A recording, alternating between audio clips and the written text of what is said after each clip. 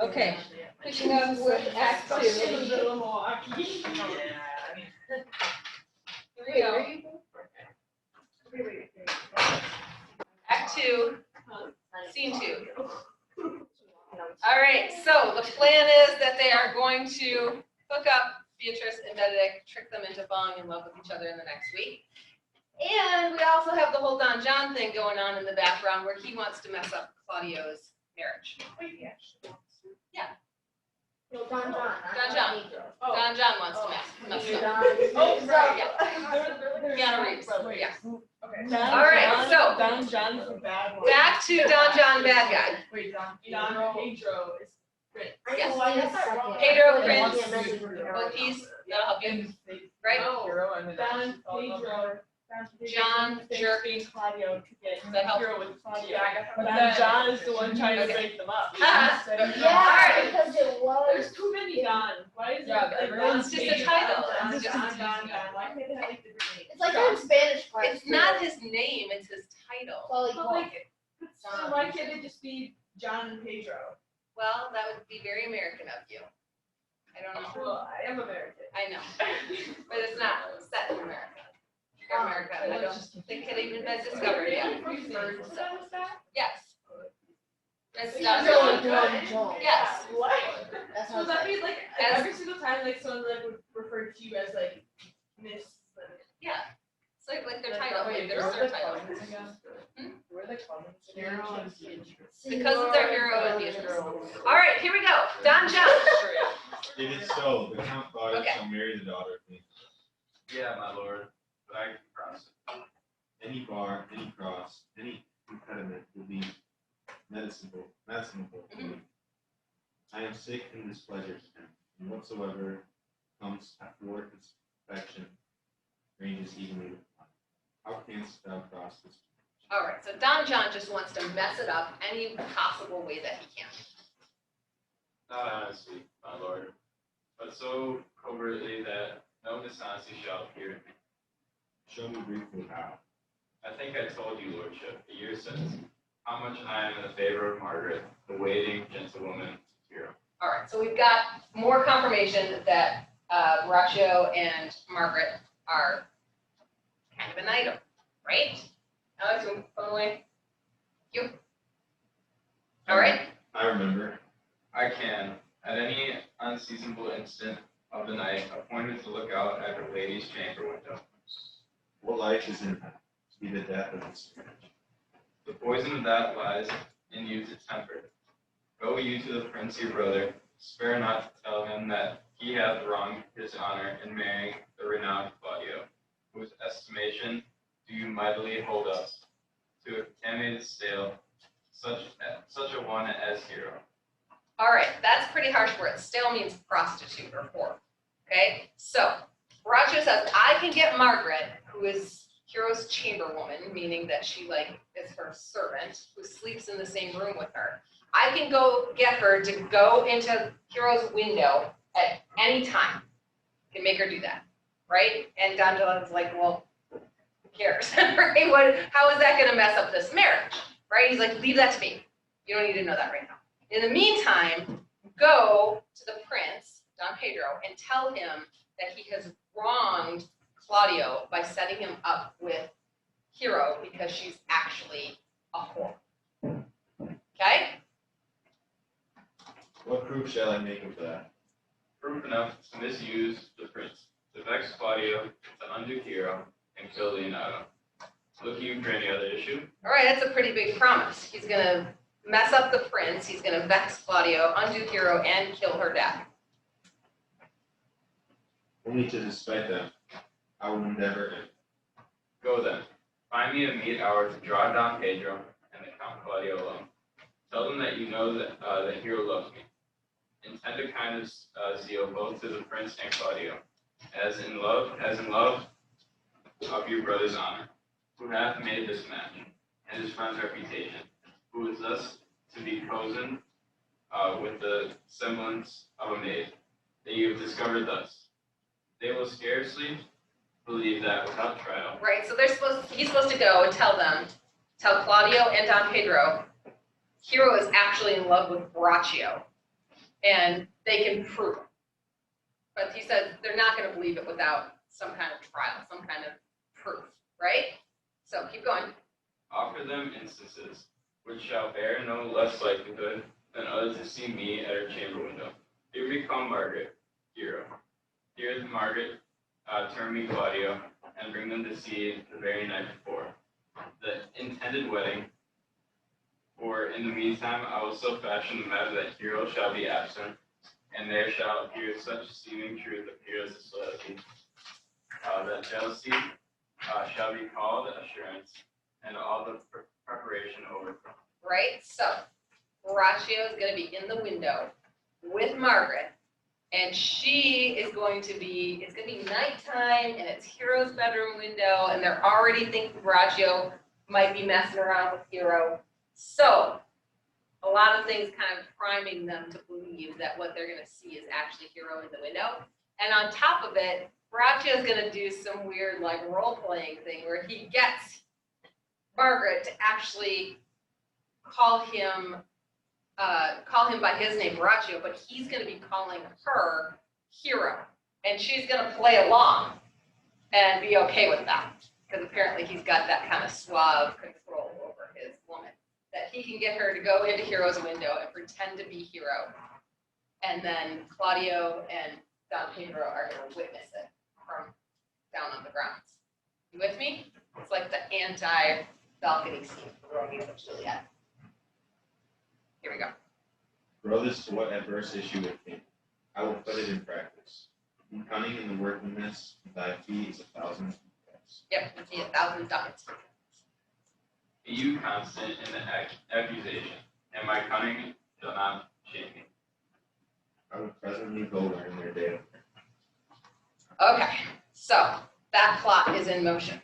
Now we switch over to the garden scene, Leonardo's garden, and we've got Benedict wandering into the garden all by himself. Okay? Boy, Signor? in my chamber window lies a book. Bring it hither to me in the orchard. I'm here already, sir. I know that, but I would have thee hence, and here again. I do much wonder that one man, seeing how much another man is a fool when he dedicates his behaviors to love, will, after he hath laughed at such shallow follies in others, become an argument of his own scorn by falling in love. And such a man is Claudio. All right, so you've all probably had that moment in your life at this point, I'm guessing, where the whole friend group becomes enamored with somebody. Last summer, they were all about Xbox. This summer, it's all boys or all girls. They can't talk about anything else. Well, Benedict's a little late in life, just like discovering or having not discovered yet any kind of romantic pursuits in his life. But what he's saying is, I can't believe Claudio used to rail against guys for falling in love with women, and now he just stepped right into the same trap. He's like, I don't understand how that happened, because apparently it hasn't happened to him yet. So he doesn't understand why this is happening to his good buddy, Claudio. All right. I have known when there was no music with him, but the drum and the pipe. And now had he rather hear the tabor and the pipe. Right? So he used to be all about, like, I don't know what kind of music he listened, some rap music or something. Now he's listening to Michael Bublé. Like, what is happening to him? He's turning into a total sap. I have known when he would have walked 10 miles foot to see a good armor, and now he lied 10 nights awake, hurrying the fashion of a new doublet. He was wont to speak plain and to the purpose, like an honest man and a soldier. And now is he turned orthography. His words are a very fantastical banquet, just so many strange dishes. May I be so converted and see with these eyes? I cannot tell. I think not. Right? So he's like, could this happen to me? I don't think so. I don't think I could fall in love like that and be an idiot. I will not be sworn, but love may transform me to an oyster. But I'll take my oath on it, till he hath made an oyster of me. He shall never make me such a fool. One woman is fair, yet I am well. Another is wise, yet I am well. Another virtuous, yet I am well. But till all graces be in one woman shall not come in my grace. Rich she shall be, that's certain, wise or I'll none, virtuous or I'll never cheapen her, fair or I'll never look on her, mild or come not near me, noble or not I for an angel, of good discourse, an excellent musician, and her hair shall be of what color it please God. Ha! The prince and monsieur, Love. I will hide me in the arbor. All right, so he sees them approaching. He apparently has the most impossible standards, much like Beatrice has for the perfect man, right? And so until he finds the absolute perfect woman, he's never going to fall into this trap. Okay, so he's hiding behind the bushes as he sees Don Pedro and Leonardo and Claudio coming into the garden. Yes, I'm good for it. How still the evening is. It's hushed on purpose, great mark. See you or many again in the sun. Oh, very well, my lord. Please defend it. We'll fit the hid fires to the penny. All right, so they totally know he's hiding. Everything they're going to say is for him to overhear. It's part of their plan to get him to be tricked into falling in love. Strong enough. We'll do his own. Oh, good, my lord. Tax not so bad a voice to slander music any more than once. It's a witness still in excellence. His great takes. Very museum. Because you talk of wooing, I will sing, since many a wooer doth commence his suit. To her he thinks not worthy, yet he woos, yet will he swear he loves.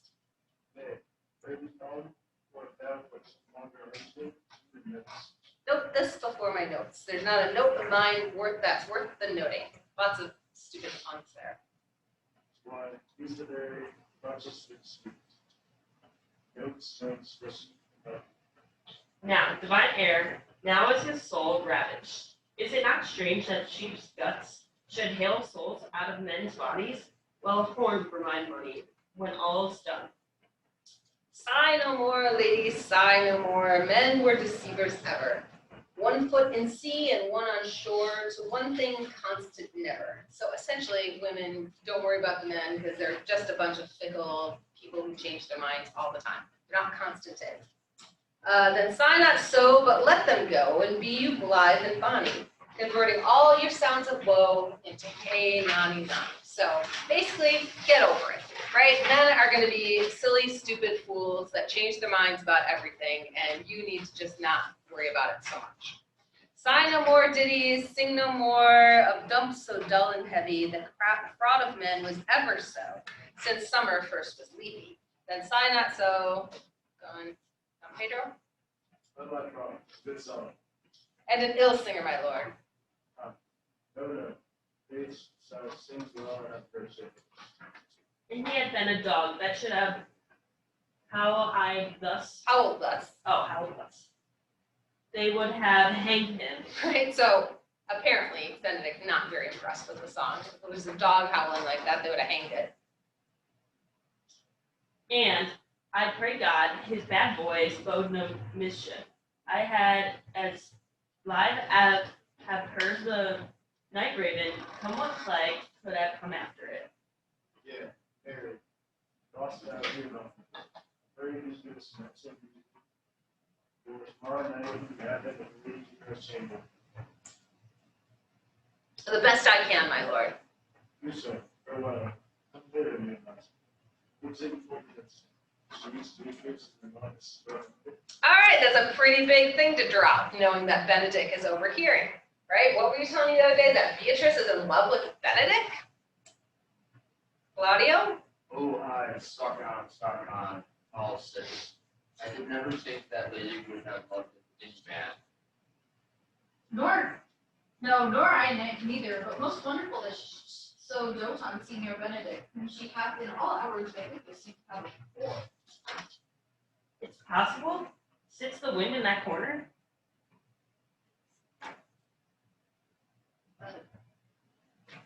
By my troth, my lord, I cannot tell what to think of it, but that she loves him with an enraged affection, it is past the infinite of thought. She's thought, but Faith like enough. Oh, God, counterfeit? There was never counterfeit of passion came so so near the life of passion as she discovered it. Right, what if that's messages? Well, just go by. But effects, my lord, she will sit you. You heard my daughter tell you how. She did indeed. How I pray. You made, I would have thought her spirit invincible against all assaults. I would have sworn it had, my lord, especially against her. I should think this a goal, A gull means a trick. but what the white bearded fellow speaks it, Maybury cannot sure hide himself in such reverence. Right, so he's shocked at what he's hearing. He thinks it would be a trick, except that Leonardo is in on it. He doesn't think Leonardo would be going along with this kind of a prank. Yeah, and Taken. the infection, hold it up. That's major affection. No, and swears she never will. That's her torment. It's true indeed, so your daughter says. Shall I, says she, and have so often encountered him, sworn by thinking that I love him? This says she now when she is beginning to write to him, for she'll be up 20 times a night. There she will sit in her smock till she have writ a sheet of paper. My daughter tells us all. Now you talk sheet of paper. I remember a pretty chest told Us of. us of. Oh, when she had read it and was reading it over, she found Benedict and Beatrice in the sheet. That. Oh, she tore the letter 1,000 halfpence. Railed at herself that she should so be immodest to write to one that she knew would flout her. I Right, meant- so the joke is that their names were between the sheets when she's writing the love letters to Benedict, right? So she thinks it's inappropriate that these two would be between the sheets together, right? Always thinking to the sexual aspect of it. Obviously, they're sheets of paper, get it, right? Okay, would flout her. I measure him, she says, by my own spirit, for I should flout him. If he writ to me, yeah, I thought I loved him. do I love, right? So if he wrote to me, I'd make fun of him. So she's kind of in a bad situation, apparently. She's so in love with Benedict. She wants to write him a letter, but she can't write him a letter because she knows that if he wrote her one, she would make fun of him. She doesn't want him to make fun of her, right? Which is all very plausible. That could happen. They just have to be making it all up. And then down upon her knees she falls, weeps, sobs, beats heart, tears her hair, prays curses. Oh, sweet Benedict, God give me patience. She doth indeed. My daughter says so. The ecstasy hath so much overborne her that my daughter is sometimes afeard that she will do a desperate outrage to herself. It's very true. If the good that then we would live by someone, she will not discover. To what end you would make for a sport of it, torment or lady words. As maybe should, we're all to him. She's an excellent sweet lady, have sufficient birth, And she is exceeding wise. everything but in loving. Oh, my lord, wisdom and blood combating so tender a body. We have 10 proofs to one that blood hath the victory. I'm sorry for her, and I have just cause being her uncle and her guardian. The word she would bestow the spirit. Right, I wish she were into me like that, Don Pedro, which is actually true. But she's not into Benedict. I would have all of respect and made her happiness. I think it's not that you can hear the Very good, thank you. Your own thing, surely she will die. For she says she will die if you love her not. She will die ere she makes her love known. She will die if you move her other than she made one breath forever. She's off the road. She's going to tender for love, it's very possible for the man, It's a very proper man. you have to need to put out with happiness. For God and my want mind is very wise, Now, deep Joseph Sparks said it like this. and I take it to be valid. As actor, I assure you, many of the full may say he's wise, and he would give good sentence for discretions, or taking the position like If you do fear God, I must necessarily keep peace. You break the peace, you ought to enter into a quarrel with fear and trembling. and so will he do. then you're gone. Whatsoever is even done by the Lord just, well, I'm sorry, maybe. So we go see Benedict. Never tell him, my lord. As you're here, as you're wear it, out on good health. Hey, that's impossible. She may wear her heart out, her heart out first. Well, we will hear Benedict, love them, well, like we wish you modestly them, so see how much is done already, so we'll My lord, will you walk? Dinner is ready. Do not dote on her upon this, never trust my expectation. tell you to say that's right for that must be water if it definitely could. This photo will be this is mad. That's the scene I would see. Really, I'm sure. Let us send her the home.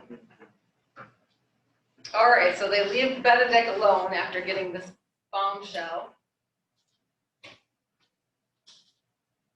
Sir Benedict. Oh, sorry.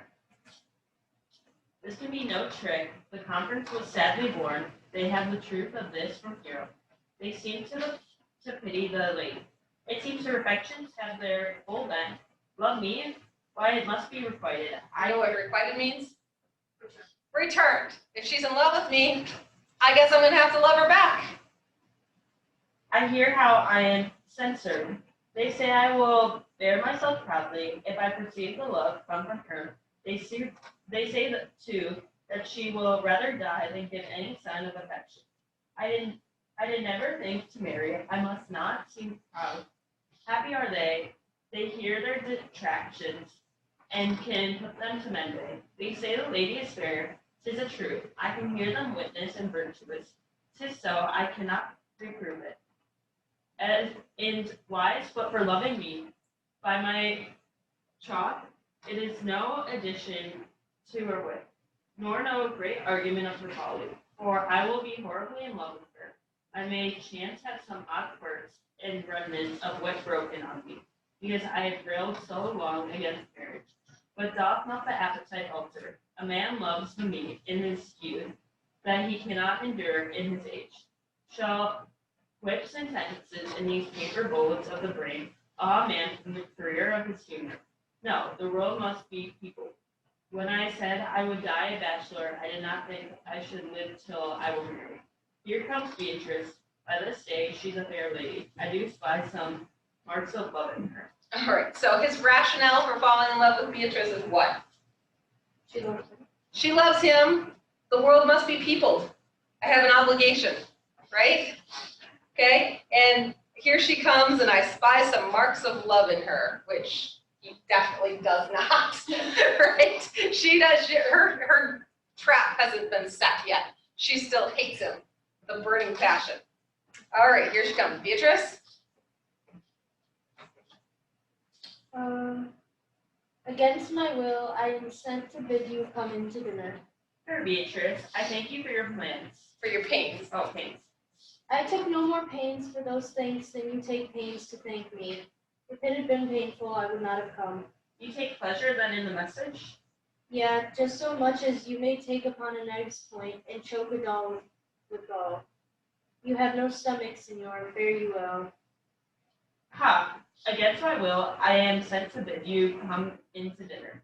There's a double meaning in that. I took more pains for those thanks than you took pains to thank me. That's as much as to say any pains that I take for you is as easy as thanks. If I do not take pity of her, I am a villain. If I do not love her, I am a Jew. I will go get her picture. All right. He's going to be in love with her. That's the end of Act 2. You guys want to take the quiz now, or do you want to wait until after we watch the movie? Even though it won't be until Tuesday? No, I'm taking that. no, take it now. I can't remember all that stuff. I'm not gonna remember anything about Tuesday. I'm not gonna That's true. remember anything. But no, we said we were going to do something artsy on Thursday. We could do the quiz on Thursday. We could watch the movie, take the quiz, and still do something artsy. Let's do Is that. that rubbing on? I'm just Oh, gotcha. See you. I got all the They're gone. questions and that one. All right. Got all the questions? Yeah. You good? Make it sense? Is it a bottom? No, like, I'll do 'em. I just, there's only like two that, normally it's like three. Okay.